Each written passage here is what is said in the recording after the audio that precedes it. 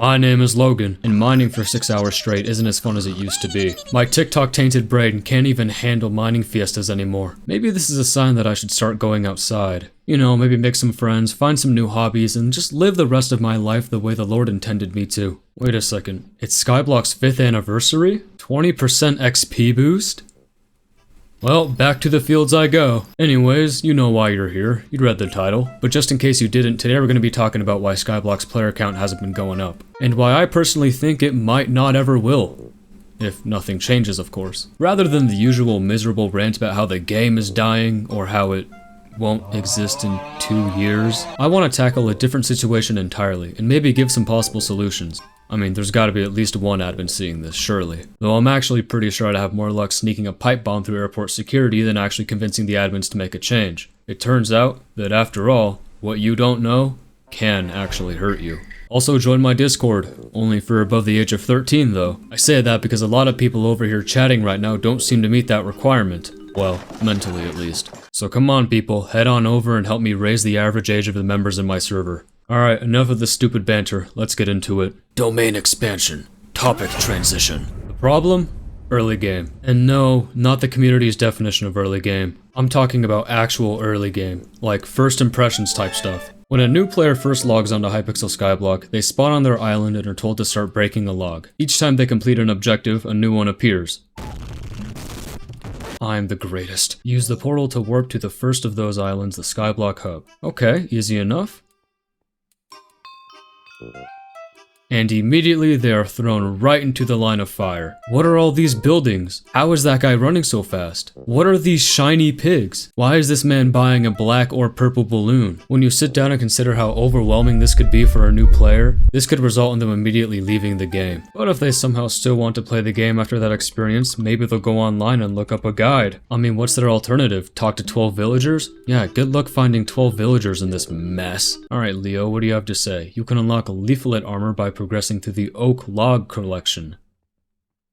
Wow, well, that doesn't really explain much now, does it? The issue with leaving them to go and look up a guide on their own made by someone who's not Hypixel is that most guides are either not beginner friendly at all, or they just kind of ruin the fun of the game. All of these guides that you see online are really optimized, which don't get me wrong is, it's a good thing, but based on how strict they are, I mean, could you say any of them are really beginner friendly? I'm personally a pretty big advocate for there being an actual in-depth in-game tutorial, so that when you first join on a new account, instead of giving you little objectives that really don't mean much of anything, you'll have a little tour guide of sorts that can show you the ropes. Picture this. What if someone wanted to play the game without a stick up their ass and progress in a normal, not completely super optimized pace? Nah, I'm just kidding. Go dig sand in the desert so you can skip the first 2 mining islands, and if you don't do it, you're an unproductive. So what if it ruins the experience of the game? You don't want to be inefficient, do you? Of course, my solution to this would be to give the players more direction, which, trust me, I know, it's much easier said than done. Maybe make the Skyblock guide menu easier to find, and don't make them scour the hub for these visitors that don't tell them anything anyways. Besides Jamie. Jamie's cool. Now that I think about it, it is really weird how hidden the Skyblock guide is. Try to think of it from the perspective of a completely new player. They have to, first of all, know to go to their Skyblock menu, which to me, the Skyblock leveling button would not be the first place I'd personally look for a beginner guide. And then once you find your way there, you've got all this other stuff that you were never taught even exists. Honestly, the Skyblock guide is more of a to-do list. It doesn't really show you how the game works. And I think it's more used by endgame players than early game players, just to show off what stage of the game they're at. You get my point. It's all very overwhelming at the moment. Alright, let's move on to the second problem I wanted to bring up, which is, of course, the grind. I don't think it's hard for people to realize that Skyblock's grind can be a massive turnoff for potential new players. Let's look at the Arachne equipment, for example. Pretty solid, its stats are completely atrocious, and it's incredibly rare for what it is. But the Spider's Den being a fairly welcoming island for new players, maybe someone would want to go after this set. That is until they spend 3 hours plus killing spiders looking for this equipment that'll only last them maybe an hour at most. And the result of this? Well, they'd be quite upset. Maybe they'd leave. You get the idea. Skyblock still gets a lot of active players, don't get me wrong, but the player count is nowhere near where it used to be. And as someone that will greatly benefit from the success of the game, I don't know if Skyblock can necessarily afford to have the new player experience be this terrible. My suggestion to this is, well, ready yourself. maybe we decide to nerf the beginner grinds a little bit, and or create more in-depth early game quests that'll act as tutorials. I think the Lone Adventurers quest line is a pretty good example of this. Why don't we have more of these?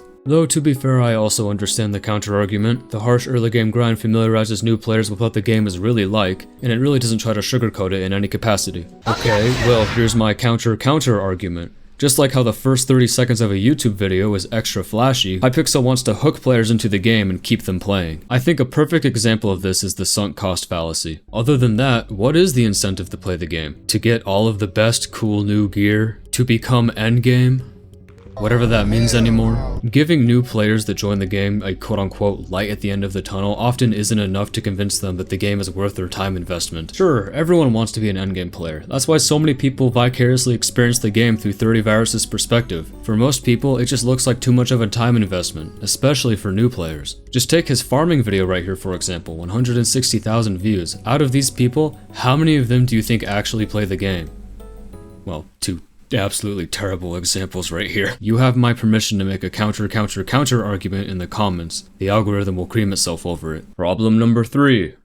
I can block. I don't have a left hand. And I also don't have a shield. That's right, I'm gonna say it. We're on version 1.8.9. And hot take, but it's probably about time that we switch over to a newer version of Minecraft. I know you're probably not very convinced, so let me give you a good example here. What the? Let's log on to a server that has a very recent version of Minecraft active. Winecraft. Oh, or not. Well, if Skyblock has taught me anything, Archer's the best. And they throw you right into it. This place, I don't even think it can be argued, is so much less overwhelming than Skyblock.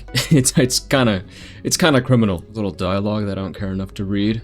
Look at this. This is without any mods whatsoever, and they're able to do this. Custom GUI, oh my goodness. It just looks so clean. Man, can you imagine what Skyblock would be like if it had a custom resource pack? Hey man, look, I'm sure the lore is really great, but I don't really care about this. Where's my bow? Ow, my ears. 2% XP bonus. You never see that in Skyblock. If I'm learning anything from this right now, it's that Skyblock and Winecraft are two very different games. This one's trying to be more story-driven, whereas Skyblock kinda, you know, lets you off the hook immediately. But honestly, there might be quite a few benefits to that, right? I haven't felt lost yet, mostly because they've been telling me exactly what to do, and, well, these large beacons that appear.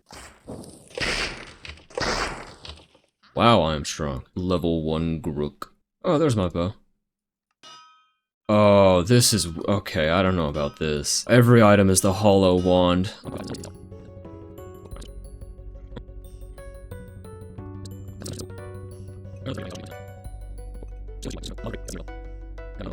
I don't know much about Minecraft coding, or coding in general, but I don't think it's crazy for me to assume that when you're on a later version of the game, it's a lot easier to code these custom things. Wow, what if the heart of the mountain looked like this? Well, this is definitely more typical MMO. I really like how they don't hold back anything. They show you exactly what they're capable of immediately the second you join. Again, I don't have to spend 500 hours playing the game to get to a cool part like Kudra or M7. I can just experience the cool stuff immediately. And I think there's a big point to that. Alright, let's get the hell out of here. I want to go back to my mods. Let's think back to the new version design thread from over a year ago at this point. It has been a few months since we've seen any sort of update on this. And looking at their new GUI visions, it looks like they're going for more of a typical MMO look. Kind of like Winecraft has. I know everyone always talks about the foraging update and stuff, but I think this is the bigger deal here. It's the small quality of life stuff like that. Really, look at this and imagine what they can do. With the amount of people that work at the Hypixel team, oh gosh, they can think of some really good stuff. But we've still got nothing on the release date. Surprise, surprise. And it's quite sad to see the potential of this just be kind of wasted, not used at all. So let's move on to yet another dilemma that I've got. And the question being, should we have to separate early game players from late game players? Like, actually physically separate them? I'm sure anyone can think of quite a few examples of a late game player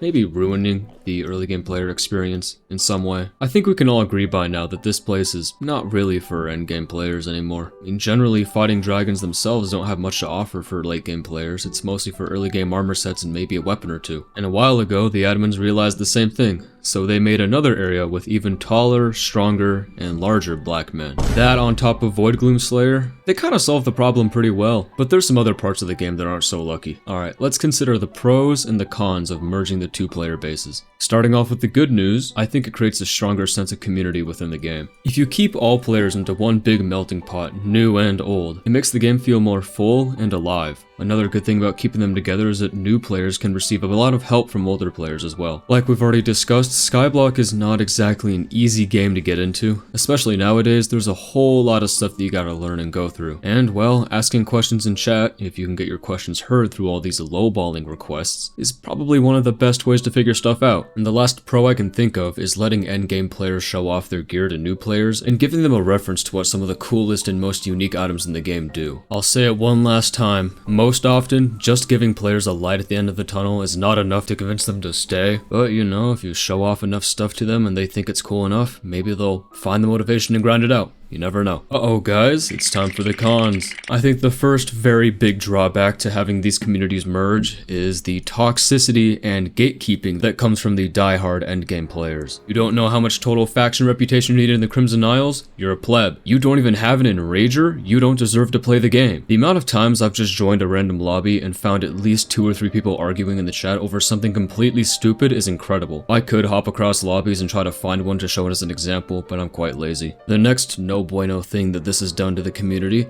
is it's kind of ruined the starter experience even more than the game has already made it bad, so it's like double bad. I want you to think long and hard about this question. Pause. But out of every building in the hub, what is a starter's favorite place? That's right.